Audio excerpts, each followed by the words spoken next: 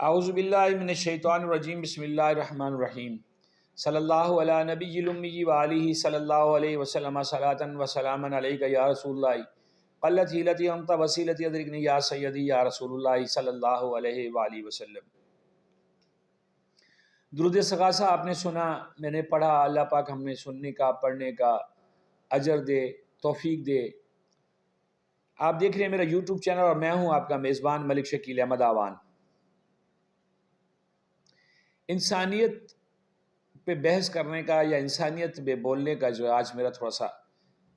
Programme ہے، اور میری خواہش ہے کہ آپ میری ویڈیو کو آخر تک دیکھیں، لائک کریں، سبسکرائب کریں میرے چینل کو اور شیئر کریں اگر آپ کو پسند آئے تو۔ کمنٹس اچھے ہوں یا برے، مجھے اچھے لگتے ہیں، آپ ضرور کمنٹ کیا کریں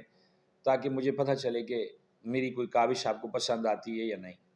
بہت سارے ویوز آتے ہیں لیکن مجھے کمنٹس بہت کم آتے ہیں، لائکس بہت کم آتے ہیں۔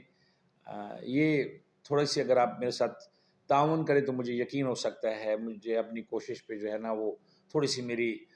جس کو کہتے ہیں نا کہ حوصلہ افزائی وہ ہو سکتی ہے۔ ٹرانسجینڈر ایک بہت بڑا ایشو رہا ہے پچھلے جو ہے چند ماہ پہلے، اور ایک برننگ ایشو تھا، اس پہ بڑی بحث ہوئی کہ ٹرانسجینڈر جو ہے اس کی پراپرٹی کا، اور اسلام میں اور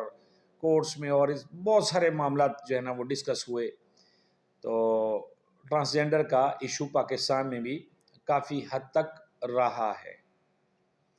اب ایک اور ایشو جو ہے وہ بہت شرمناک ایشو جو ہے وہ انسانیت کے لیے سوچنے مر مٹنے کا مقام ہے، وہ ہے وومن ڈاگس۔ اب میں پڑھ رہا تھا اور مجھے تکلیف پہنچی، میں نے کہا میں اپنی عوام کے ساتھ، اپنے ناظرین کے ساتھ یہ بات کرتا ہوں، ان کے شیئر کرنے سے یا ان کی توجہ سے اس مسئلے کو بھی اجاگر کیا جائے۔ خدا نخواستہ ہمارا روشن خیال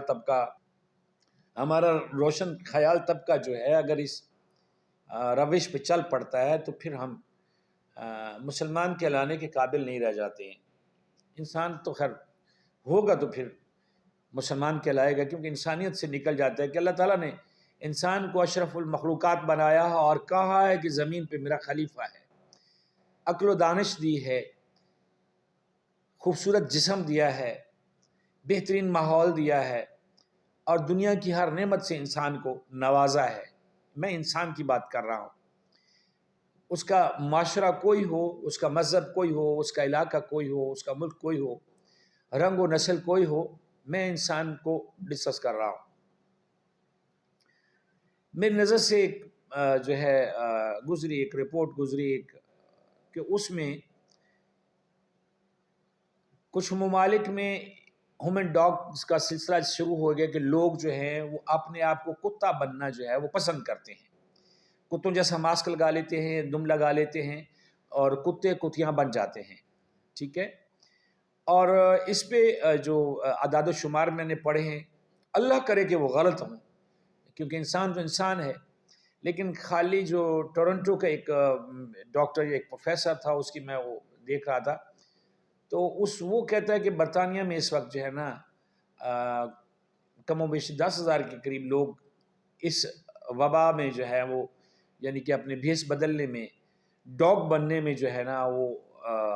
آگے چلے گئے، اور یعنی کہ 10,000 کے قریب لوگ اپنے آپ کو انسان نہیں کتا سمجھتے ہیں، اور وہ کتوں کی طرح بھونکنا، کتوں کی رہنا یعنی کتیوں کی طرح رہنا جو ہے وہ پسند کرتے ہیں۔ ایک بات اور بھی ہے اس میں، اللہ عالم الغیب ہے کہ وہ برٹش جو پولیس ہے، برطانوی جو پولیس ہے، انہوں نے بھی کوئی 2 جو ہیں وہ ایسے کتے کتیاں پالے ہیں جن کو وہ بطور